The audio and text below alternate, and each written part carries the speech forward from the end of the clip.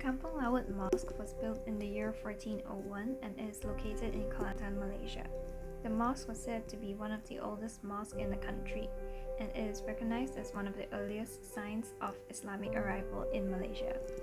This traditional vernacular-styled mosque is different from typical mosques due to the influences by the traditional Malay architecture.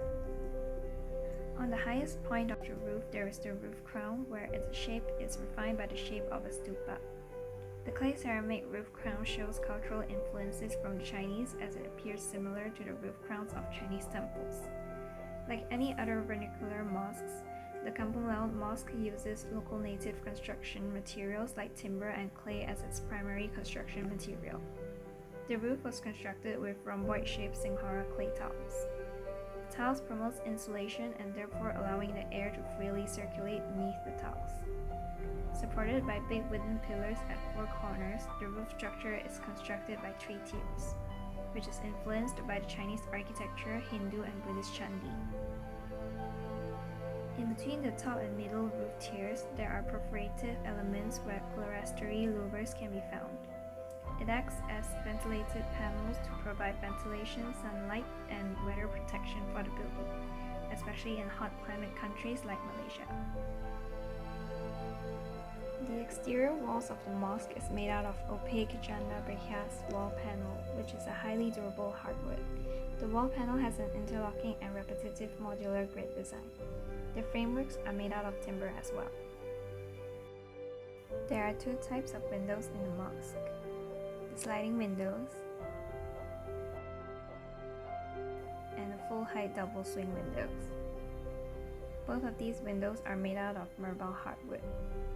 As the mosque has a lot of open space and openings, it makes it easier for the wind to penetrate in.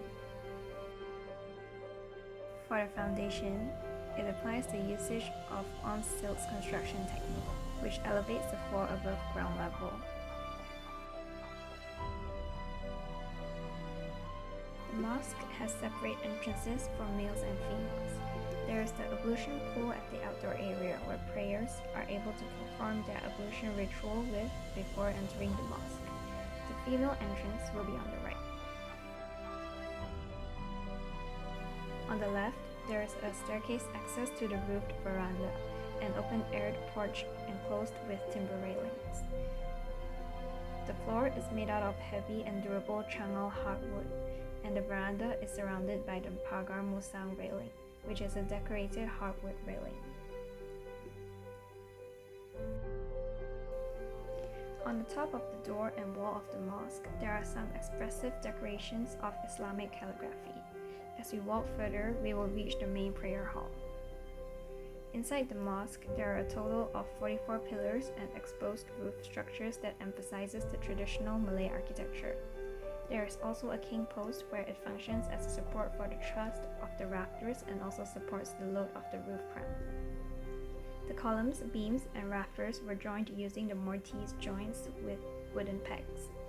On the post and beam, there are arabesque ornamentation, which is the stylized, geometrical, floral, or vegetal designs in repetition. In the main prayer hall, it is again separated by gender. With a movable timber barrier, the spaces will be separated, where the males get the larger prayer space while the females get the smaller.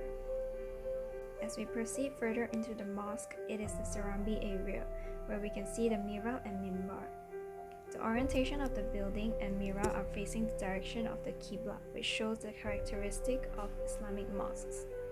For the minbar, it is a place where Imam leads prayers and delivers sermons, which arabesque ornaments can be found on it as well. And over here, it is a separated spaces for females due to the gender segregation in Islam. Lastly, there is a timber structure minaret that is built adjacent to the mosque, which is used to call the Muslims for prayers.